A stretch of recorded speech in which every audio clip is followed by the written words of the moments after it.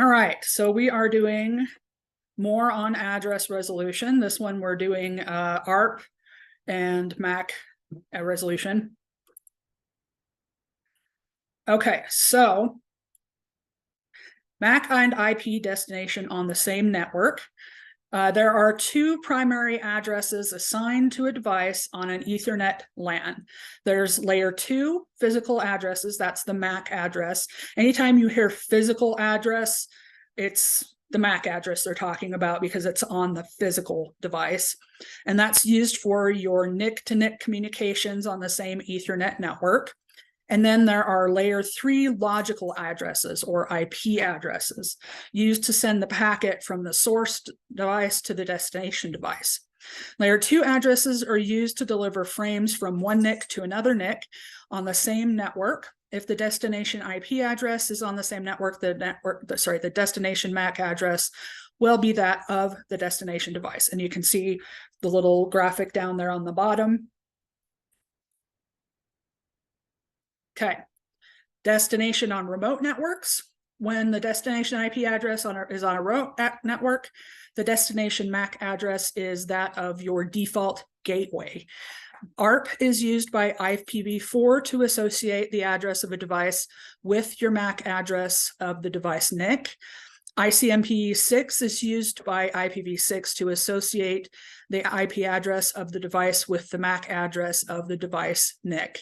And again, you have your nice little graphic of how that flows down on the bottom there.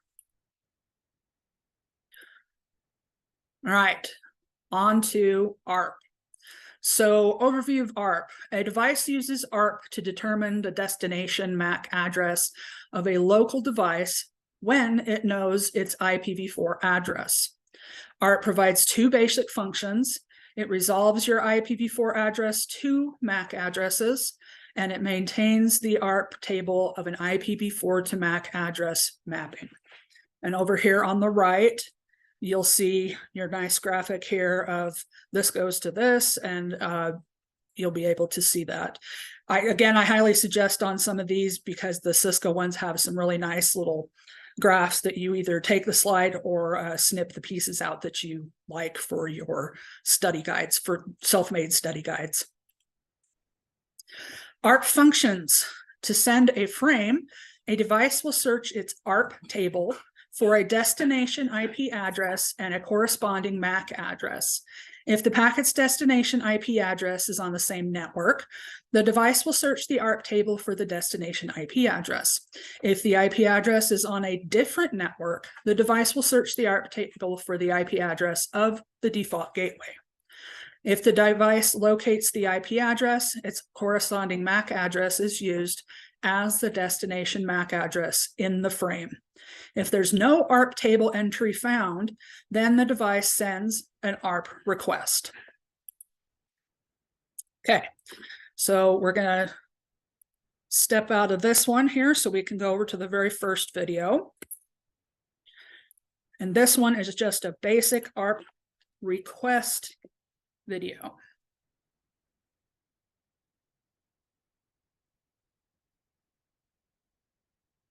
Let me know if you cannot hear. I think I've got everything cranked up, but this one, the video was a little soft on, so I'll try to turn on those captions too. In this video, we're going to see PCA send an ARP request for the MAC address of PCC. PCA has an IP packet with the source IP address of itself, 192.168.1.110, and the destination IP address of PCC at 192.168.1.50. So it needs to know what the destination MAC address will be. Because the source and destination IP addresses are on the same network, the destination MAC address will be that of the destination IP address of PCC at 192.168.1.50. So PCA checks its ARP cache for the IP address 192.168.1.50. Because it is not in its ARP cache, it will put the packet on hold. Okay, I'm going to turn off closed captions because it's cutting off that bottom part where you can see the packet, and they are not very accurate. Let me back it up just a bit so you can see that. So PCA checks its ARP cache for the IP address 192.168.1.50. Because it is not in its ARP cache, it will put the packet on hold and create an ARP request. The ARP request contains the target IPv4 address. This is the IPv4 address which is known by PCA, and the target MAC address, which is unknown. This is what PCA is wanting to find out. The ARP request is sent as a broadcast, so everybody on the network will need to examine this Ethernet frame and process the ARP request. So PCA sends it to the switch. Because it is a broadcast, the switch will flood it out all ports except for the port that it came in on. PCB receives the broadcast, so it must process it, and its ARP process examines the ARP request. It compares its own IPv4 address against the target IPv4 address, and notice that they are not the same, so it doesn't need to send an ARP reply. The router R1 also receives this ARP request. Its ARP process examines its own IPv4 address and compares that against the target IPv4 address, and also realizes this is not its IPv4 address, so it does not need to send the ARP reply. By the way, routers will not forward ARP requests out of ports. PCC receives the ARP request, compares its IPv4 address against the target IPv4 address, and notices that it is the intended target of the ARP request, that the target IPv4 address does match its own IPv4 address. So PCC will need to send an ARP reply.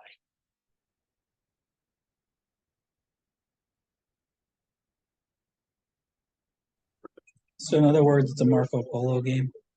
Pretty much, yeah. Let me switch over here. Let me stop the share really fast, but I think we're actually going to go into ARP replies next. Yeah, what do you know? So we'll just go ahead and watch ARP reply.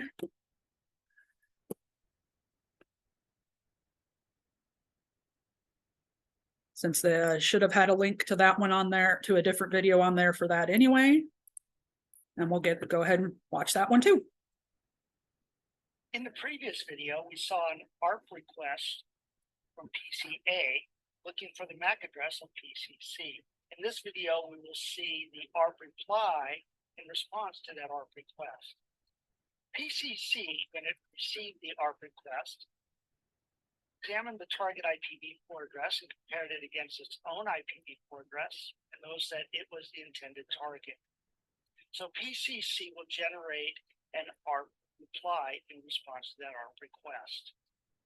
The ARP reply includes its own IPv4 address and its own MAC address. It is sent to PCA. ARP replies are sent as a unicast, so the destination MAC address is that of PCA. PCA receives the ARP reply in response to its previous ARP request. It takes the information, the sender IPv4 address and the sender MAC address, and adds that information to its ARP cache. PCA can now take the packet, the original packet destined for PCC, take that packet off hold, and has the information it needs to send that packet to PCC. So it takes the information from the ARP cache, the MAC address, and adds that to the Ethernet header as the destination MAC address. PCA can now forward this packet in the proper Ethernet frame onto PCC.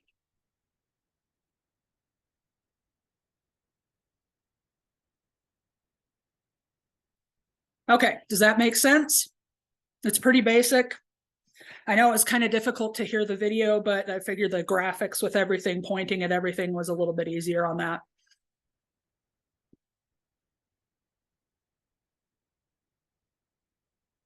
Okay.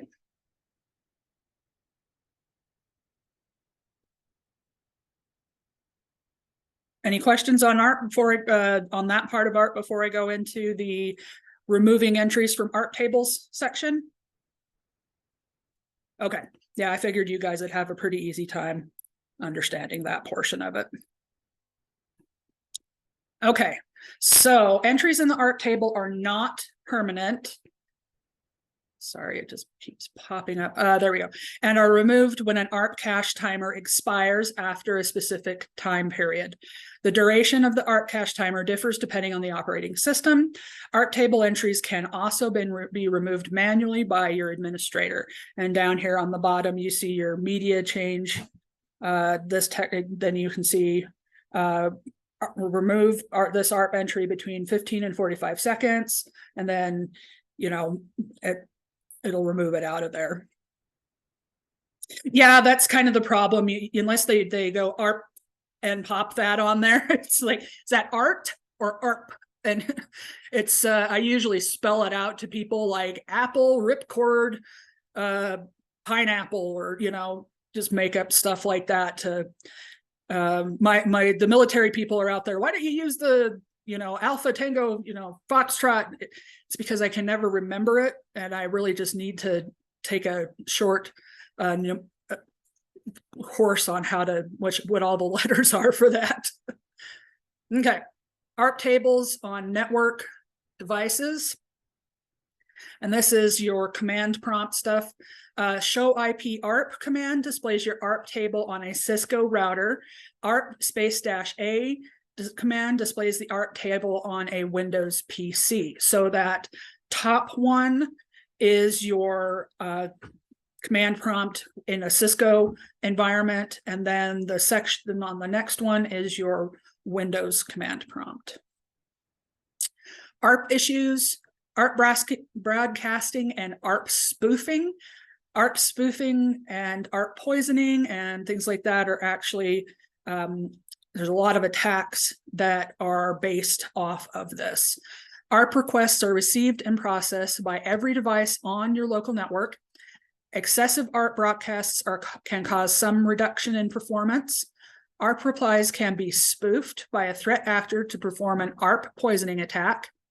Enterprise-level switches include mitigation techniques to protect against ARP attacks because they were such a fertile ground for people to attack.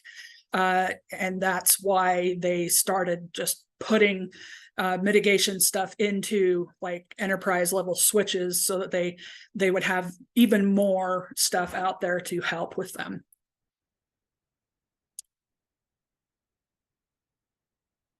Okay, now before we get on to this one, there is an ARP video I'd like you guys to watch that's a little bit longer. And this one's just basically, it's by CertBros, and it's just kind of an overall ARP explanation. Yeah, the switch verifies it isn't lying, basically. And because spoofing, it's surprisingly easy. There are command line tools, there are Linux tools. You'll actually get to use some of those tools that are, as long as you know the command line prompts and you know how to use them, they're pretty easy to use. Okay. I think this one you should be able to hear better. Let me know if you need subtitles turned on, okay? I'm gonna turn them, looks like they're on default. I'm gonna turn them off. Welcome to CertBros. Because we had a problem with the graphics being able to see them last time. Guys, welcome to CertBros. In this video, we're going to be talking about ARP.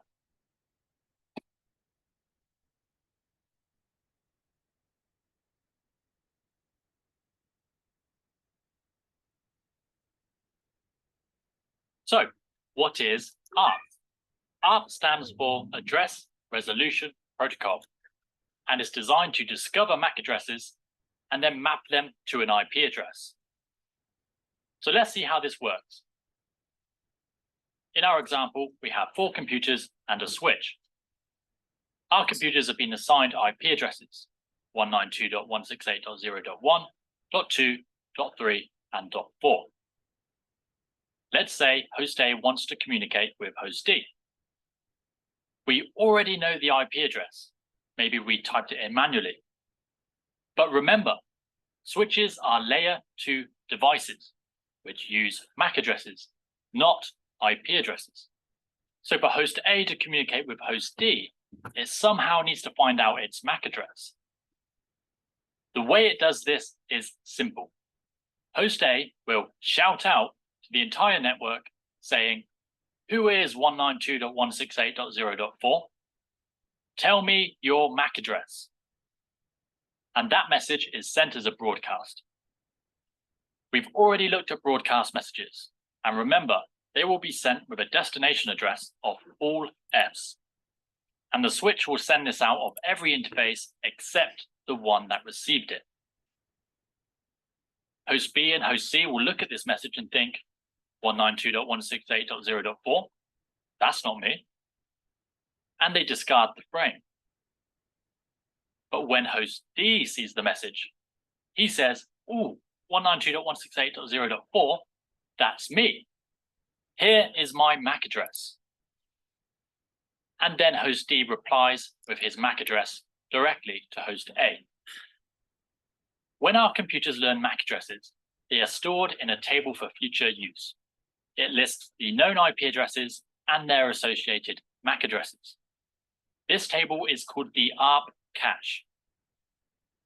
From this point forward, if host A needs to talk to host D, it just needs to look up the IP address in the ARP cache to find the correct MAC address. And now they can both send frames happily.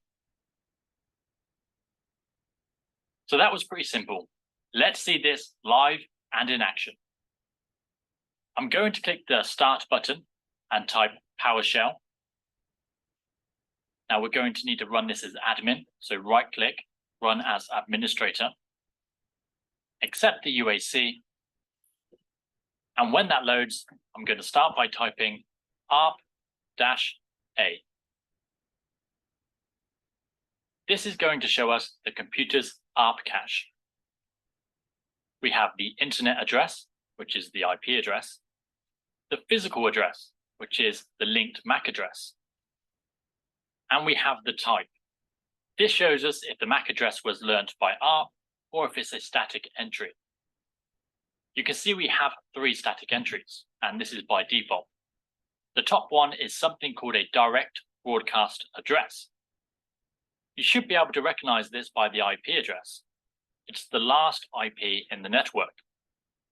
You should also be able to recognize it by the associated MAC address, which is all Fs. This tells us this is a broadcast address. The bottom 2 are multicast addresses. You can see that from the first 6 characters of the MAC address. So, because my computer already knows the MAC address of 192.168.0.4, I'm going to run ARP-D 192.168.0.4, and this is going to delete that entry. If I then type ARP-A again, we see that entry has been removed. Now I'm going to open up a program called Wireshark, which will capture all of the traffic on this computer. We just need to select the interface and hit the Start Capture button. While that's running, I'm going to open PowerShell again and type ping 192.168.0.4. And this will trigger an ARP request. Once the ping is finished, we'll head back over to Wireshark and hit the Stop button. There's not a huge amount to go through. Okay. I'm just going to pop in and make a comment here. So when you're using Wireshark, the reason he went back and forth is unless you're going in and looking at something that is actively sending out packets you have to go over there and send it and say, okay, go look at this so that it has packets that it can capture. So that's why he did flipped over to PowerShell and did the ping, so that it could actually have packets coming through that it could capture. And then he went over and stopped the capture so you could see what was happening there. Here, but if you're trying this at home, you will likely see a lot more information. This is a fresh PC, so not many applications are running. We can filter the capture by clicking at the top and typing ARP. Now we can see our ARP conversation. One thing to note, you won't be using Wireshark till later, but these up here can be case sensitive. They can also, when you're doing the filtering, they can also be character sensitive, like if there's spaces and stuff in them. So be aware of that. We can see the source and destination. Keep in mind though, Wireshark will try to resolve these MAC addresses to something a bit more readable. If we look at the info column, here we can see ARP requesting the MAC address of 192.168.0.4. With the first request selected, we can look at the bottom of the screen and see our source and destination MAC address. So host A is the source and the destination is a broadcast MAC address. If we select the second one down, which is the reply, you can see in the info column, host D is replying with its MAC address. This reply is saying, hey, that's me. This is my MAC address. If we look at the bottom, we can see host D's MAC address is now the source and host A's MAC address is now the destination. And now if we go back to our PowerShell window, run ARP-A again, we can see that the entry is now back in the table. Let's look at one more scenario. Here we have two hosts, a router and a web server. If host A wants to communicate with the web server, what will it do first? Well, if we type in the IP address of the web server, host A will compare that IP address with its own. It will look at 192.168.0.1 and 10.10.10.10, and it will realize the web server is not in the same network. ARP requests only happen in layer 2 networks. So we can't send an ARP request to the web server. So what do? Knowing it needs to get off the network, host A will do the same ARP request. ARP caching depends on what operating system is being used. Each one has like different Windows server systems and things like that have different values. And I believe that you can even manually set those if you are a glutton for punishment and want to go in and do them all like by yourself. So it depends on what operating system and what your sysadmin is doing. But not to the web server through its default gateway, which in this example is the router. The default gateway is like the door out of the network and is configured alongside the IP address. If a device needs to communicate out of the network, it's sent to the default gateway. So we send an ARP request to 192.168.0.254 and request the MAC address. Host B will drop this request. The router will respond with its MAC address just like we've seen already. And now we have the MAC address for the default gateway, host A can start to send data. The data will contain the MAC address of the router, but it will have the IP address of the web server. The router will handle things from there. We will go over this in more detail as we move on to routing. This video is part of our full CCN. Okay. So CertBros is also, it's not a very well-known one, but they do have some decent little short videos if you guys want to go out and check those out. I'll put the links to everything that we saw on there today. They also have some good ones on like DNS and things like that. So if you're stuck on any of the protocols and you want a good little video, I would go out there and look at those, because it looks, from what I saw, it looks like a bunch of them are aimed at the CCNA certification. So it'll have a lot of the material from this class and next class on it for you guys to be able to go through. Okay, are there any questions on that before I hit the next portion of the slide show lecture?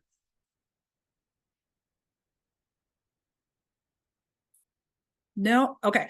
So after seeing that, does anybody, do you guys feel like you understand why when they do ARP cache poisoning, why it would be such a big deal?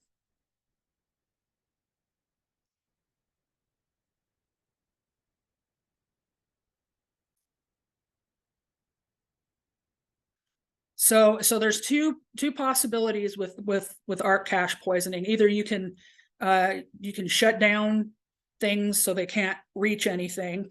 Basically, ARP cache poisoning says, here's the real ARP cache, right? And then they replace it with this, what they call the poisoned cache. So this one goes away, and here's your poisoned one. And then you start redirecting them from the areas that they thought they were going to go to a poisoned machine. So it can cause a lot of problems very quickly.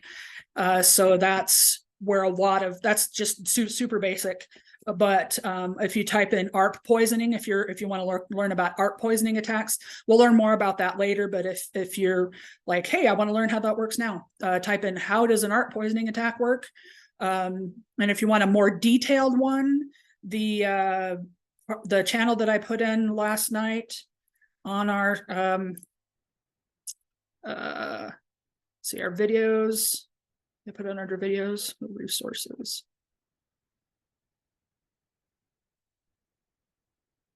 I think I put it under videos.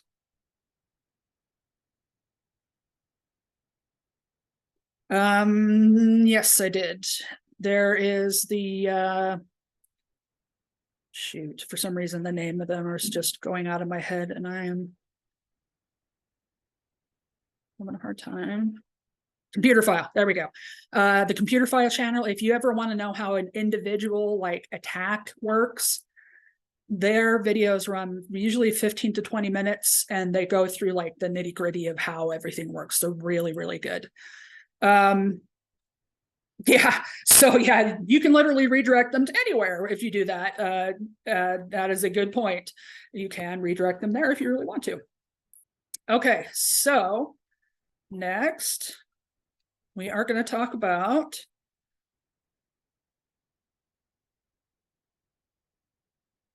neighbor discovery.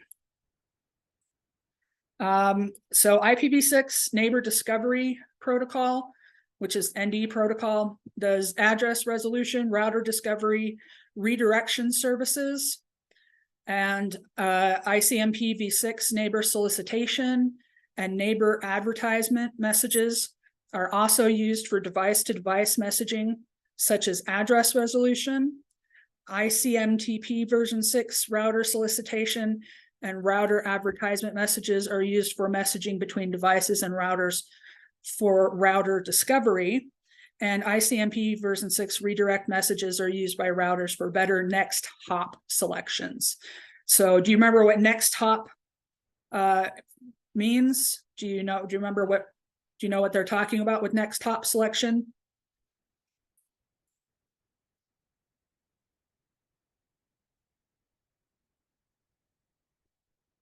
Anyone?